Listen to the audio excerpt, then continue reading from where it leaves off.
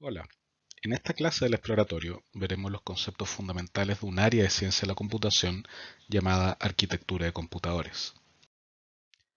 ¿De qué se trata esta clase? Vamos a empezar con algunas definiciones y conceptos básicos de los computadores con el fin de manejar un lenguaje común para que nos entendamos a lo largo de esta clase. A continuación veremos un poco de la historia de los computadores modernos, de cómo llegaron a ser lo que son hoy día. Luego veremos qué es lo que hay dentro de un computador y cómo funciona. Y finalmente discutiremos algo sobre el futuro y de cómo este tipo de conocimiento de arquitectura de computadores es esencial y será esencial para saber cómo funcionan los computadores y qué podemos hacer con ellos en el futuro. Algo que siempre preguntan los alumnos con respecto a arquitectura de computadores es ¿para qué sirve? Hay varias cosas, pero a mí me gusta destacar tres. Uno, ¿qué pasa si tengo que tomar decisiones sobre la arquitectura TI de una empresa y me ofrecen muchas opciones? Con el conocimiento adquirido en el curso de arquitectura de computadores, uno puede tomar esas decisiones basadas en fundamentos claros y sólidos, de manera de elegir la mejor alternativa sin que le estén vendiendo algo que de verdad no es. Otro aspecto de aplicación típica es el siguiente. Mi código corre muy lento y a pesar de que lo he revisado y corregido muchas veces, sigue funcionando igual.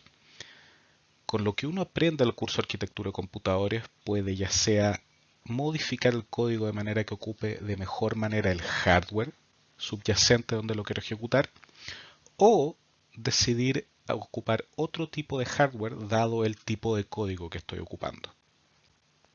Esto ocurre regularmente en las aplicaciones de inteligencia artificial. Y finalmente, los ingenieros entendemos las cosas en profundidad con el fin de aplicarlas correctamente. Esto es fundamental para toda la vida profesional de un ingeniero. A mí me gusta hacer la analogía entre este curso y anatomía. Todos los médicos tienen que conocer anatomía con el fin de poder entender lo que están haciendo a futuro. Acá es más o menos lo mismo. Una diferencia que tenemos es que el software nos permite abstraernos de todo esto. Uno podría solo programar sin preocuparse de lo que hay debajo, en este caso el computador. Pero como vimos anteriormente, es muy relevante para hacer las cosas bien entender el hardware subyacente con el fin de hacer ya sea buen código o elegir la arquitectura más apropiada. Partamos entonces con la primera pregunta fundamental sobre arquitectura de computadores.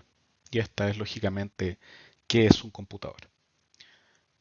Para responderla, analizaremos cuatro distintos dispositivos que nos permitirán hacernos una idea de cuáles son las características de un computador.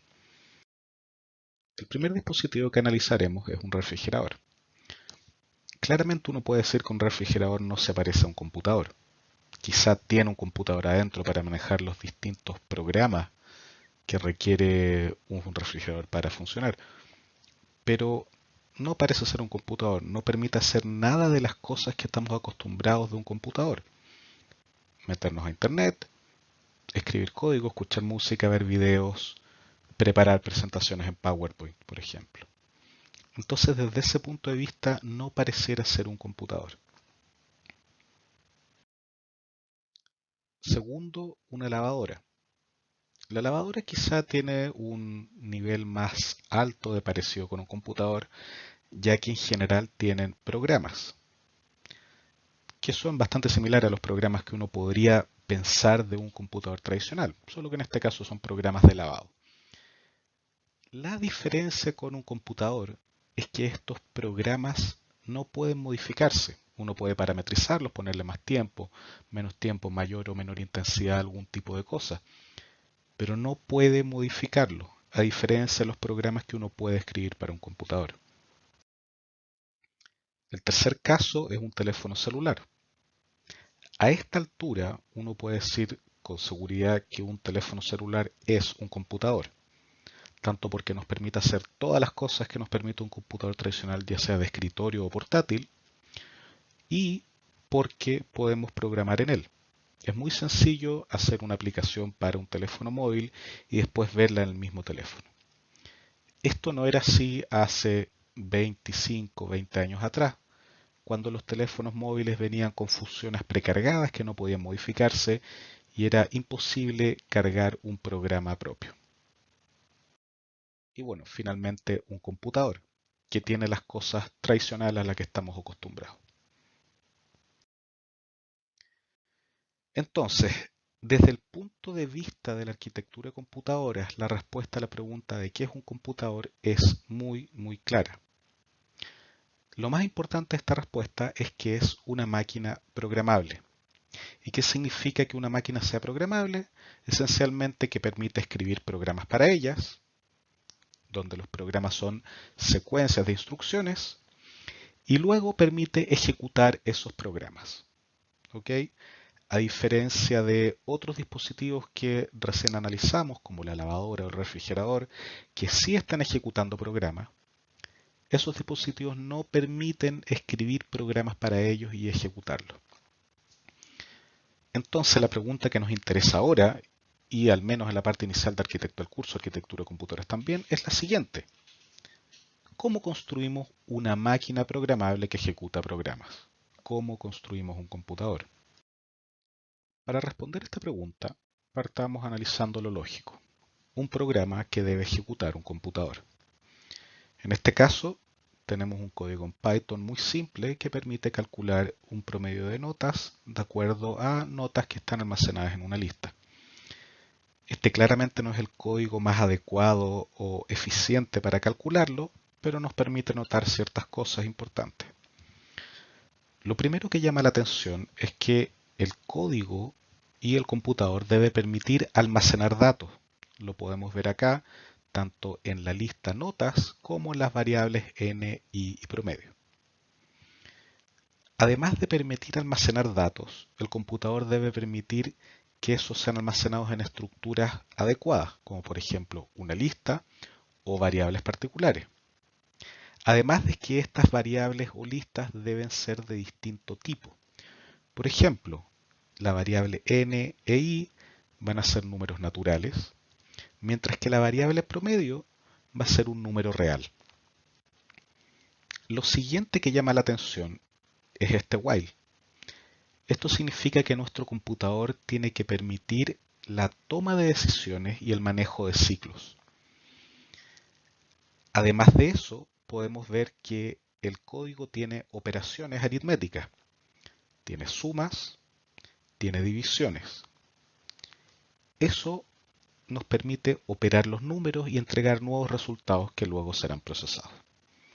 Todas estas cosas debe cumplir un computador desde el punto de vista de soporte para poder ejecutar este programa. En resumen, para responder qué es un computador, la respuesta desde el punto de vista de arquitectura de computadores es simple, es una máquina programable que ejecuta programas. ¿Qué es lo que necesita un computador para ser llamado computador? Es decir, para poder ejecutar los programas y para poder escribir los programas, necesita tener soporte para datos. Estos pueden ser números enteros, números reales, podría ser texto, imágenes, etc. Necesita variables para poder almacenar estos números o estos datos. Pueden ser variables simples, pueden ser variables más complejas como listas, pueden ser clases también. Necesita poder tomar decisiones, ya sea comparación o ejecutar ciclos, y también necesita tener soporte para ejecutar operaciones. Pasemos ahora a ver un poco de la historia de los computadores modernos. Vamos a partir alrededor de los años 30, donde los computadores analógicos dominaban la computación.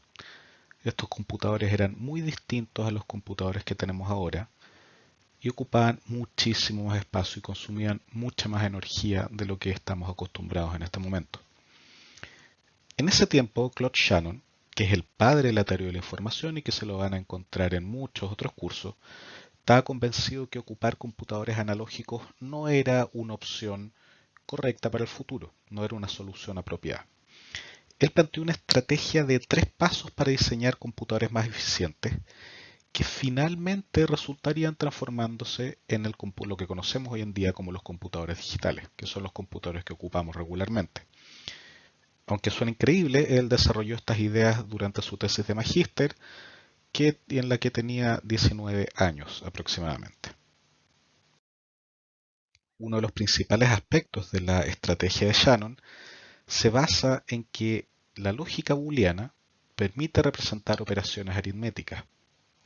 ¿Por qué es importante esto? Porque permite dejar de trabajar con números decimales para pasar a trabajar con números binarios, los cuales son mucho más eficientes desde el punto de vista energético y de almacenamiento para ser trabajados por máquina. Para entender esto, veamos la siguiente tabla que representa la suma de dos números binarios de un bit. Podemos ver en esta tabla las columnas A, B, C y S. Las columnas A y B representan los números binarios de un bit que vamos a sumar. Luego podemos ver 0 más 0, 0 más 1, 1 más 0 y 1 más 1. Las columnas C y S representan el resultado de esta operación. Podemos ver entonces que 0 más 0 es 0, 0 más 1 es 1, 1 más 0 es 1 y 1 más 1 es 2, que en binario se escribe 1, 0. Lo interesante es que si ocupamos operaciones lógicas, nos damos cuenta que la columna S puede representarse con un OR exclusivo, o SOR, mientras la columna C puede representarse con la operación I. Esto significa que si generalizamos este tipo de tabla, podemos representar cualquier operación aritmética mediante las operaciones de la lógica booleana. Ahora, ¿por qué es relevante esto último? Resulta que a principios de los 1900 ya existían elementos electromecánicos que podían ser ocupados como interruptores. Un ejemplo es el relé, que es el que vemos en la pantalla. El relé nos permitía modelar un interruptor de tal manera que podíamos ahí representar operaciones aritméticas o también almacenar datos. Por lo tanto, basándonos en la estrategia de Shannon, podíamos ocuparlo para construir un computador. Así, en 1941 fue presentado el Z3, que fue el primer computador digital electromecánico completamente programable. Esto fue un gran avance, ya que era muchísimo más rápido que los computadores analógicos que se ocupaban hasta el momento, además de ocupar muchísima menos energía y espacio. Con el paso del tiempo se fueron creando otros elementos más pequeños que podían servir como interruptor. Un ejemplo es el tubo de vacío, que permitía miniaturizar aún más los computadores o que fuesen más eficientes y tuvieran más capacidad de cómputo.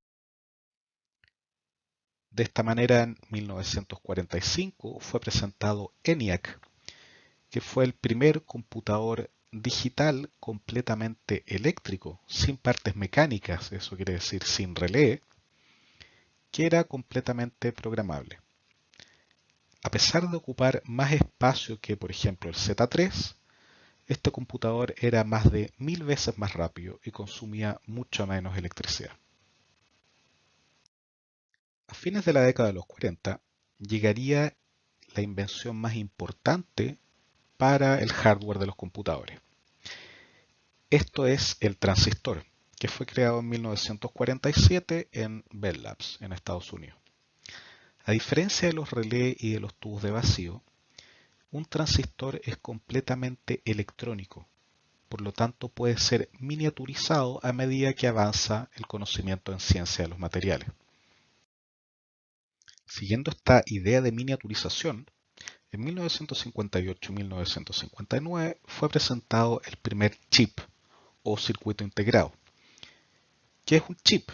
Es un conjunto de circuitos electrónicos que están unidos todos juntos en una misma superficie, todos construidos al mismo tiempo. ¿Qué significa esto? Que se puede llevar más adelante aún la miniaturización y reducir los costos. Siguiendo con la historia, en 1968 se funda la empresa Intel, que para todos es muy conocida ya que es el principal fabricante de procesadores en el mundo. Los fundadores de Intel, Gordon Moore y Robert Noyce, tenían amplia experiencia en el negocio de los circuitos integrados. Ambos habían pertenecido previamente a empresas muy importantes del área. De hecho, Robert Noyce fue el que en 1959 presentó la versión mejorada del circuito integrado que había sido presentado un año anterior. En 1971, Intel lanza su primer procesador, el 4004, de 4 bits. Para que se hagan una idea, los procesadores que ocupamos actualmente son de 64 bits. A diferencia de un circuito integrado, un procesador tiene unidades de cómputo y de control que le permiten efectivamente transformarse en el cerebro de un computador. Para terminar con la historia, revisemos este slide donde podemos ver la ley de Moore, descrita por Gordon Moore, uno de los fundadores de Intel. En esta se ve como cada 2 años la cantidad de transistores en un microprocesador se duplica. Cuando Gordon Moore enunció esta ley, él lo hizo mirando hacia el pasado los datos de la fabricación de los procesadores. Sin quererlo, al enunciar esta ley, él puso un objetivo para la industria de los procesadores, que fue cumpliéndose a lo largo de todos estos años. Podemos ver cómo el 2018 ya los procesadores tenían 50.000 millones de transistores, comparado con los alrededor de 2.000 o 3.000 transistores que tenía el Intel 4004. Pasemos ahora a la siguiente parte de la clase, que tiene que ver con qué tiene un computador por dentro. Un computador está formado esencialmente por 2 elementos. El primero es la CPU, o unidad de procesamiento central, que es la que se encarga de hacer los cálculos. El segundo elemento es la memoria, que es la que se encarga de almacenar los datos. Estos 2 elementos están conectados a través de un bus, que no es otra cosa que una serie de cables que llevan la información de la CPU a la memoria y viceversa. No nos olvidemos que la memoria es un elemento que guarda los datos en formato binario.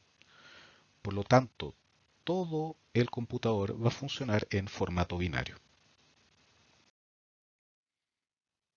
El modelo de computador que recién vimos es sumamente simplista, ya que no tiene otros elementos tradicionales de los computadores modernos que estamos acostumbrados, como pantallas, teclados, etc.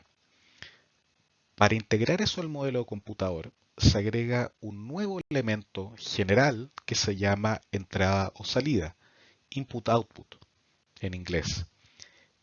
Estos elementos de input-output también están conectados a través del mismo tipo de bus que une la memoria con la CPU. La gracia de esto es que cualquier otro elemento que no sea memoria o CPU puede ser controlado de la misma manera, lo que nos permite agregar fácilmente nuevos elementos a un computador. Perfecto, tenemos muy claro entonces el hardware, pero ¿qué pasa con las instrucciones? ¿Qué pasa con los programas? Como vimos hace un rato atrás, un computador es definido como computador porque puede ser programado y puede ejecutar estos programas. Las instrucciones son almacenadas en la memoria RAM, conocida generalmente.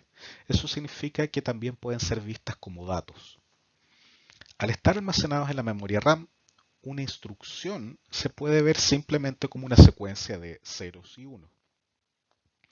En la práctica, esta secuencia es recibida por la CPU en una parte de la CPU conocida como la unidad de control, que decide qué elementos deben actuar dentro de la CPU para ejecutar la instrucción recibida. Algo fundamental es que cada posible instrucción del computador está asociado a solo una secuencia de ceros y unos. Esto es central, ya que si una misma instrucción puede ser ejecutada de 2 maneras distintas, o una secuencia de ceros y unos se refiere a 2 posibles instrucciones distintas, el computador al leer un programa no va a saber qué es lo que tiene que hacer. Vamos por un segundo a nuestro modelo de computador que tiene 2 elementos principales, la CPU y la memoria. Y centrémonos ahora en la CPU. ¿Qué es lo que tiene entonces una CPU por dentro? Si abrimos una CPU nos vamos a encontrar con tres elementos principales: la unidad de control, la ALU y los registros. La unidad de control es la encargada de recibir las instrucciones desde la memoria RAM. Una vez que recibe las instrucciones como una secuencia de unos y ceros, la unidad de control decide qué unidades de la CPU se van a ejecutar y qué operación se va a realizar con los datos que está recibiendo. La ALU, también conocida como unidad aritmética lógica, es la unidad que se encarga de hacer los cálculos dentro de la CPU. Ella recibe los datos, los procesa de acuerdo a alguna operación definida por la instrucción y decidida por la unidad de control, procesa esos datos y luego los almacena en algún lado. Y finalmente los registros son los que almacenan los datos temporalmente, ya sea antes de ser ejecutada la operación en la ALU o después de que ésta fue ejecutada. Por un tema de velocidad, los datos en la ALU siempre provienen de los registros. Revisemos ahora un ejemplo muy simple de cómo es el flujo de una instrucción dentro de un computador. Supongamos que tenemos la instrucción 01010011 y que ésta corresponde a sumar el contenido de los registros A y B para luego almacenarlo nuevamente en el registro A. Por conveniencia, llamaremos a esta instrucción add A, B. La unidad de control, al recibir el string 01010011, primero chequea si esta es una instrucción válida. Y si es válida, la decodifica enviando a cada elemento de la CPU la orden correspondiente. En este caso le dice a la ALU que tiene que sumar sus dos entradas y le dice al registro A que almacena el resultado que va a venir de la ALU una vez que se ejecute la instrucción. Tomando este posible flujo, uno puede imaginarse una versión general del flujo completo de una instrucción que podría escribirse de la siguiente manera. Primer paso, lectura de la instrucción desde la memoria. Esta etapa es conocida como fetch. Segundo, la etapa decode, que corresponde a la decodificación de la instrucción en la unidad de control. La tercera etapa corresponde a obtener los datos desde la memoria o desde los registros y se conoce como mem. La siguiente etapa corresponde a la ejecución de la instrucción per se, al menos de la parte aritmética, por parte de la ALU. Y finalmente, la última etapa consiste en escribir de vuelta los resultados, ya sea en la memoria o en los registros. Y esta etapa es conocida como write back. Ahora que sabemos cómo funciona un computador por dentro y qué es lo que tiene, revisemos qué es lo que nos depara el futuro y cómo van a ser las arquitecturas más avanzadas. El siguiente gráfico muestra la evolución de la cantidad de cálculos por segundo que un computador puede hacer por el precio de $1000. Esto es, ¿cuántos cálculos por segundo puedo comprar con un computador de $1000? Y podemos ver cómo, a medida que ha ido cambiando la tecnología, pasando desde electromecánico, relé de estado sólido, tubo al vacío, transistores y circuitos integrados, ha ido aumentando de manera exponencial la cantidad de cómputos o cálculos que pueden realizarse con estos $1000. El tema es que por limitaciones físicas, en este momento estamos más o menos al nivel de cálculos del cerebro de un ratón. Y si queremos llegar al nivel de cálculo de un cerebro humano, necesitamos 4 órdenes de magnitud más de cálculo por $1000. Esto no se ve posible de hacer con la tecnología actual. Por lo tanto, vamos a tener que recurrir en el futuro cercano a otro tipo de tecnología para construir los computadores. Esta puede ser óptica, cuántica, basada en el ADN, no lo sabemos. Hay investigadores en muchos lados investigando esto, pero por el momento no está claro. Y para aumentar la capacidad de nuestros computadores debemos recurrir a otras estrategias, como por ejemplo el paralelismo, que es la estrategia más utilizada en este momento para aumentar la capacidad de cómputo de nuestros sistemas. Uno de los ejemplos más básicos de paralelismo y que vivimos día a día en nuestros computadores es el de los procesadores multicore. ¿Qué significa esto? Simplemente que dentro de nuestra CPU ahora tenemos más de una ALU, lo que acá está mostrado con CPU Core. Mientras más ALUs tengamos en una CPU, más cálculos de manera simultánea vamos a poder hacer. ¿Qué significa esto? Que si nuestro computador, nuestra CPU en particular, tiene dos ALUs en vez de una, puede hacer en el mismo tiempo que antes tomaba un cálculo, hacer dos cálculos. Otro enfoque para aumentar el poder de cómputo, siguiendo esta línea de paralelismo, es tener múltiples procesadores dentro de un sistema. Esta idea lleva la abstracción un nivel más arriba que los procesadores multicores y replica los procesadores en un computador. Estos procesadores son interconectados mediante una red que se conecta con la memoria RAM del computador. Siguiendo con el aumento del paralelismo, uno podría pensar en un sistema en que en vez de tener múltiples CPU, tiene múltiples computadores, cada uno con su memoria independiente. Uno podría pensar además que este sistema puede conectarse mediante algún tipo de red. Este tipo de sistema se conoce generalmente como clúster o sistema distribuido. Si seguimos empujando la idea de paralelismo, podemos encontrar la GPU. Estos dispositivos que inicialmente solo servían para hacer renderizado de gráficos en 3D, hoy en día se ocupan para hacer múltiples cálculos científicos de manera simultánea. ¿Cómo lo hacen? En vez de tener 1, 2, 4 u 8 cores, tienen cientos o miles de cores, donde cada uno es mucho más simple que el core tradicional de una CPU. Esto permite que operaciones muy simples y altamente paralelas, como la multiplicación de matrices u otras operaciones de la álgebra lineal, pueden hacerse de manera extremadamente eficiente. Este tipo de dispositivos son usados ampliamente en áreas de inteligencia artificial que son fuertemente basadas en álgebra lineal, como Deep Learning, por ejemplo. Para terminar, revisemos una pequeña muestra de la dimensión e impacto que tiene la industria de la arquitectura de computadores en la actualidad. Una de las maneras de diseñar nuevas arquitecturas en la actualidad es usando FPGA, que son tarjetas con compuertas lógicas programables. Esto permite que construir nuevas arquitecturas sea bastante sencillo y directo, ya que uno puede poner, mover y programar estas compuertas lógicas de la manera que uno prefiera.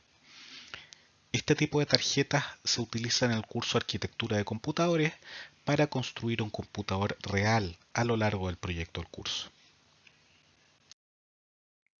Es tanto el potencial de este tipo de solución que Intel visualizó un diseño de procesador en que en el mismo paquete donde venía la CPU se incluía una FPGA de manera de ser posible programar una arquitectura adecuada al problema que el computador esté solucionando en ese momento.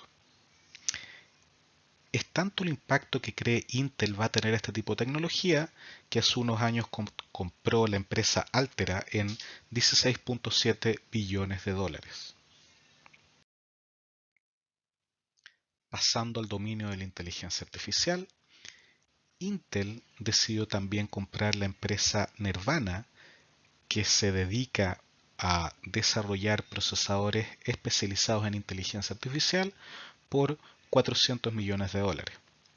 A pesar de que la cifra es bastante menor que la por la que compró Altera, cabe destacar que en Nervana trabajaban en ese momento 45 personas.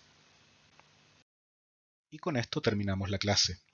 Espero que esta haya servido para motivarlos en el área de arquitectura de computadores, de manera que se interesen en aprender más de esta a lo largo de su carrera.